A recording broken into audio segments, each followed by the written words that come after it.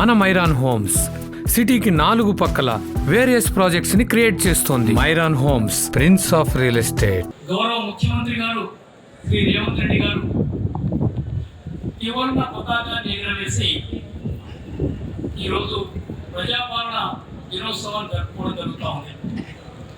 అదే మాదిరిగా ప్రభుత్వ ఆదేశం మేరకు ప్రతి జిల్లా హెడ్ క్వార్టర్లో కూడా త్రివర్ణ పతాకాన్ని ఎగురవేసి ఈరోజు ఈ కార్యక్రమాన్ని జరుపుకుంటా ఉన్నాం.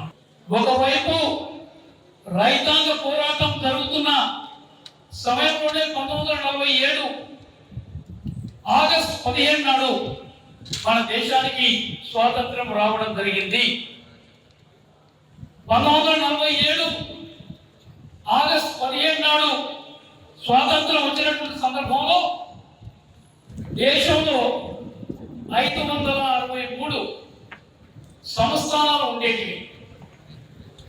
అందులో మన హైదరాబాద్ రాష్ట్రం కూడా ఒక సంస్థానం. దాన్ని నిజాం ప్రభు పరిపాలిస్తుండేటువంటి వాడు. ఈ 563 సంస్థానాల్ని భారతదేశంలో కలపాలి, భారతదేశం యొక్క అఖండతను చూపెట్టాలి అనేటువంటి ఒక దృఢ నిశ్చయంతో ఆనాడు హోంమంత్రిగా ఉండేటువంటి సర్దార్ వల్లభాయ్ పటేల్ గారు 563 మంది సంస్థానాధీశులతో చర్చలు జరిపి 560 మందిని ఒప్పించడం జరుగుతుంది భారత యూనియన్లో కలవడానికి. అప్పుడు భారతదేశం, భారత ప్రభుత్వం మీకు రాజభరణాలు ఇస్తుంది అని, మీకు ఎలాంటి మర్యాద తగ్గకుండా మేము చూసుకుంటాం అనేటువంటి మాట చెప్పి 560 మందిని ఆ సంస్థానాల్ని భారతదేశంలో విలీనం చేయడానికి ఒప్పించడం జరుగుతుంది. కేవలం 3 మాత్రమే.